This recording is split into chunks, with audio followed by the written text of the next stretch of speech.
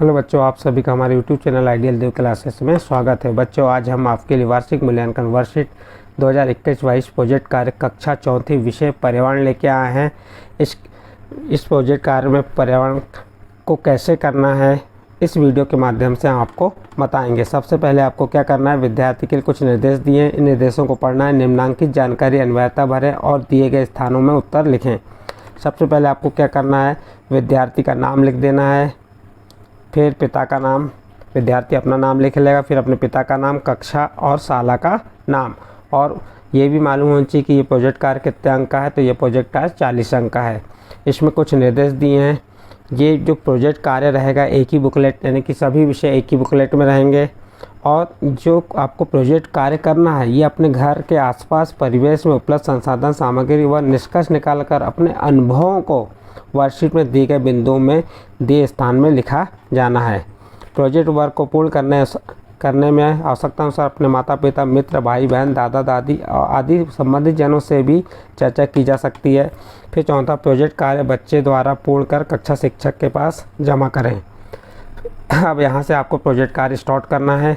पहला प्रश्न दिया है, बाहरी शत्रुओं से हमारी देश की सीमाओं की सुरक्षा हमारी सेना करती है। आप इस पर एक प्रोजेक्ट वर्क कीजिए।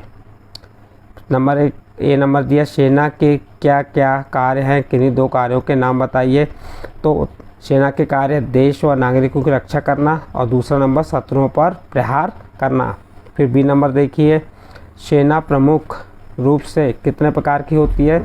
तो सेना प्रमुख रूप से 3 प्रकार की होती है। नंबर 1 जल सेना, जो सुरक्षा का क्षेत्र कहाँ है, जल में। दूसरी थल सेना, यह सुरक्षा का क्षेत्र कहाँ है, थल में।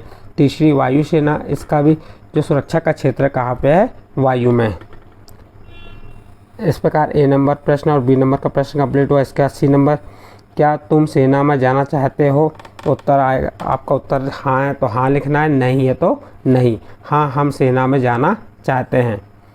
आप कौन सी सेना में जाना चाहते हैं, तो आपको जो भी सेना पसंद है। यदि आपको सेना में जाना पसंद है तो हाँ लिखें। अब जब सेना में जाना पसंद है तो आप किस सेना में जाना चाहेंगे, थल सेना, जल सेना या वायु सेना। तो आपका आंसर जो भी आ जाए तो यहाँ पे लिख दीजिए। हमने लिख दिए थल सेना में जाना चाहते हैं। फिर उसके बाद ई नंबर, क्या आपके गांव या पड़ोस में कोई सेना फौज में है। तो उत्तर आ जाएगा, यदि आपके गांव या पड़ोस में कोई सेना में है तो हाँ लिखेंगे, नहीं है तो नहीं लिखेंगे। हाँ, हमारे गांव में कुछ जवान फौज में हैं। इसके बाद अगला प्रश्न देखते हैं। अगला प्रश्न दिया, क्या तुम आसपास रहने वाले किसी स्वतंत्रता सेनानी फौजी के जीवन के बारे में जानते हो। उनके बारे में अपने बड़ों से जानकारी एकत्र करके लेख लिखिए। फौजी देश की सबसे बड़ी संपत्तियाँ, इसका उत्तर क्या बताएंगे आप। फौजी देश की सबसे बड़ी संपत्तियों में से एक है। वे राष्ट्र के संरक्षक हैं और हर कीमत पर अपने नागरिकों की रक्षा करते हैं और निस्वार्थ भाव से देश की सेवा के लिए तत्पर रहते हैं तथा देश हित को सबसे ऊपर रखते हैं। फौजी की नौकरी और उसकी दुनिया कठिन चुनौतियों से भरी होती है। उनकी सैनिक शिक्षा में कड़े प्रशिक्षण होता है या कड़ी प्रशिक्षण होता है। इसके बाद प्रश्न नंबर 2 देखते हैं। प्रश्न नंबर 2 क्या दे रहा है, आपने कोई सफ़र अवश्य किया होगा। ऐसे ही किसी सफ़र के बारे में आप अपने अनुभव के आधार पर प्रोजेक्ट वर्क तैयार कीजिए। ए नंबर, आपने सफ़र किस स्थान से किस स्थान के बीच किया है, लिखिए। तो सफ़र किस स्थान से किस स्थान तक, तो आप यहाँ पे लिख सकते हैं आप किस स्थान से सफ़र करना चालू करते हैं और कहाँ तक आपने सफ़र किए हैं उसका नाम लिख सकते हैं। हमने यहाँ पे छिंदवाड़ा और जबलपुर लिख के बताएं। सफ़र के दौरान आपने किन वाहनों में यात्रा की, उनका नाम लिखिए। तो सफ़र के दौरान हमने बस, ऑटो, टैक्सी, बाइक, जो भी आप वाहनों में यात्रा करते हैं उनका नाम यहाँ पे लिख देंगे। फिर उसके बाद देखिए, सारणी पूर्ण कीजिए। यात्रा के दौरान वाहन के अंदर क्रमांक 1, 2, 3 दिए हैं। वाहन जिसमें यात्रा की, तो बस। वाहन में बैठने की व्यवस्था कैसी थी, अच्छी थी। फिर वाहन के अंदर, वाहन में कौन कौन से व्यक्ति आए, बहुत सारे व्यक्ति आए। यह व्यक्ति किस काम से वाहन में आए, ऑफिस के काम से। फिर ऑटो में अच्छी थी, वाहन में कौन कौन व्यक्ति आए, 2 व्यक्ति आए। यह व्यक्ति किस काम से वाहन में आए थे, जॉब में जाने के काम से। फिर टैक्सी अच्छी थी, इसमें 3 व्यक्ति आए कॉलेज जाने के काम से। इस प्रकार से आप अपने अनुभव को यहाँ पे लिख सकते हैं।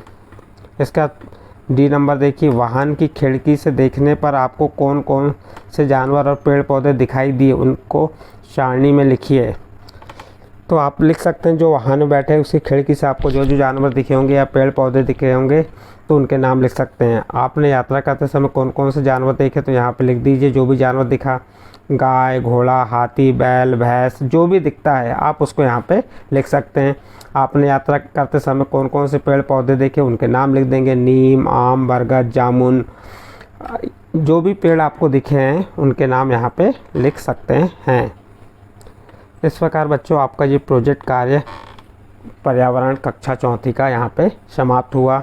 इस प्रकार से आप अपने अनुभवों को इन प्रोजेक्ट कार्यों में साझा कर सकते हैं। ठीक है बच्चों, यदि आपको हमारे द्वारा जो प्रोजेक्ट कार्य समझाया गया यदि समझ आया है तो हमारे वीडियो को लाइक कीजिए, सब्सक्राइब कीजिए और अन्य ग्रुप पे शेयर ज़रूर कीजिए।